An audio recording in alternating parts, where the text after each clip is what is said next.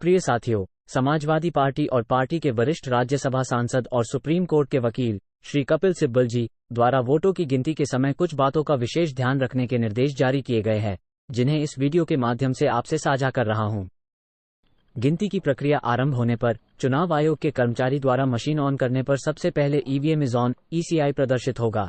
इसके बाद रिजल्ट की डेट और टाइम प्रदर्शित होगा। ध्यान देना है कि ये तिथि 4 जून 2024 हो, जैसा कि नीचे बॉक्स में दर्शाया गया है, और प्रदर्शित समय इसकी जा रही मतगणना के समय का हो। इसका मिलान ध्यानपूर्वक करें।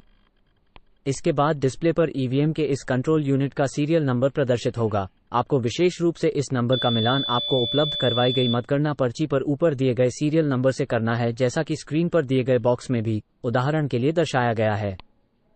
इसके बाद चुनाव लड़ रहे कुल प्रत्याशियों की संख्या नोटा सहित प्रदर्शित होगी। गाजीपुर लोकसभा में ये संख्या 11 है, जैसा कि स्क्रीन पर डिस्प्ले बॉक्स में दिया गया है।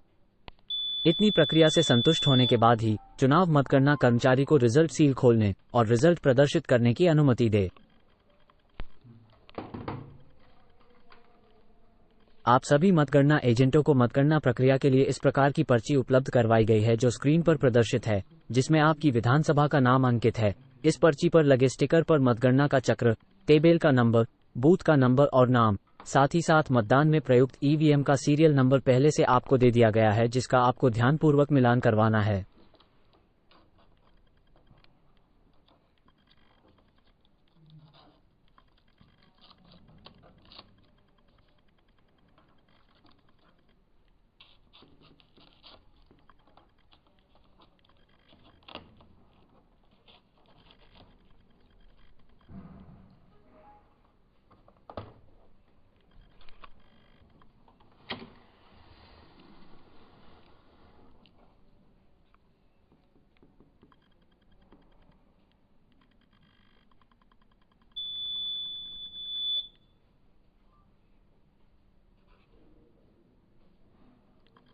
ध्यान दें, चुनाव मतगणना कर्मचारी के रिजल्ट बटन दबाते ही मतदान की तारीख 1 जून 2024 प्रदर्शित होनी चाहिए, जो कि 7वें चरण में गाजीपुर में हुए मतदान की तिथि है।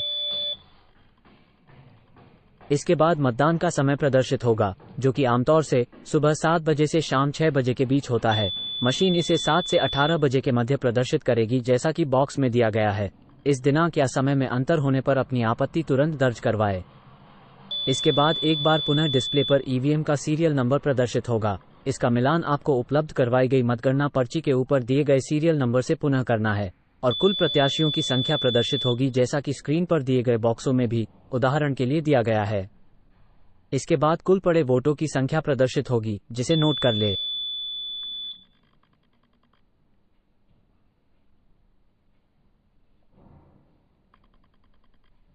अब प्रत्याशियों को मिले वोट प्रदर्शित होना प्रारंभ होंगे, जिसमें कैंडिडेट 1 पर आपके प्रत्याशी श्री अफजाल अंसारी को मिले कुल वोट कैंडिडेट 01 पर प्रदर्शित होंगे, जिसे आपको उपलब्ध करवाई गई पर्ची पर नोट करना है, और इसी प्रकार अन्य प्रत्याशियों को मिले वोट भी लिखकर RO टेबल पर भेजना है।